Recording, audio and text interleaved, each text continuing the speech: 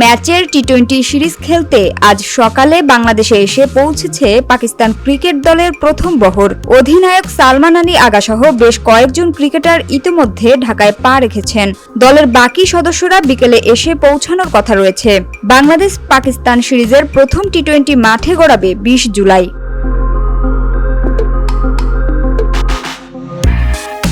এর আগে মঙ্গলবার দেশ ছাড়ার আগে সংবাদ সম্মেলনে সালমান আগা বলেন, বাংলাদেশ যে কোনো কন্ডিশনেই ভালো দল, নিজেদের কন্ডিশনে তো আরও ভালো। রেকর্ড ঘাটলে দেখবেন দুনিয়ার অনেক ভালো দলকেও হারিয়েছে। নিজেদের কন্ডিশনে আমাদের অনেক টাফ টাইম দিতে সক্ষম তারা, ফলে আমাদের এসব ব্যাপারে ধারণা আছে এবং সেভাবেই নিজেদের প্রস্তুত করেছি।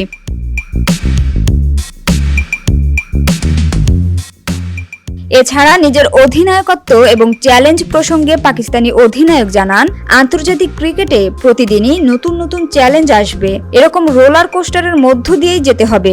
আমার মনে হয় যেভাবে চলছে সেভাবেই মানিয়ে নিয়ে চলতে হবে, জীবনের মতো করেই। জীবন যেভাবে চলছে, ক্যারিয়ার যেভাবে আগাচ্ছে সেভাবেই কৌশল করে সামনে এগিয়ে যেতে হবে।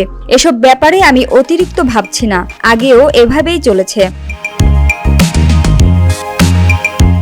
পাকিস্তানের সংবাদ মাধ্যম জিও সুপার এক প্রতিবেদনে জানায়, অধিনায়ক সালমান আলী আগাসহ পাকিস্তানের প্রথম বহরে সাইম আইয়ুব, ফখর জামান, মোহাম্মদ নওয়াজ, আবরার আহমেদ, ফাহিম আশরাফ, খুশদিল শাহ সহ বেশ কয়েকজন কোচিং স্টাফ করাচি, দুবাই হয়ে প্রথম বহরে এসেছেন। বুধবার সকালে দলের বাকি ক্রিকেটাররাও রওনা করবেন।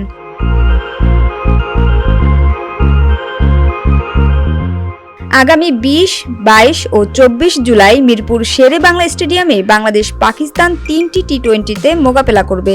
প্রতিটি ম্যাচই শুরু হবে সন্ধ্যা 6:30 থেকে।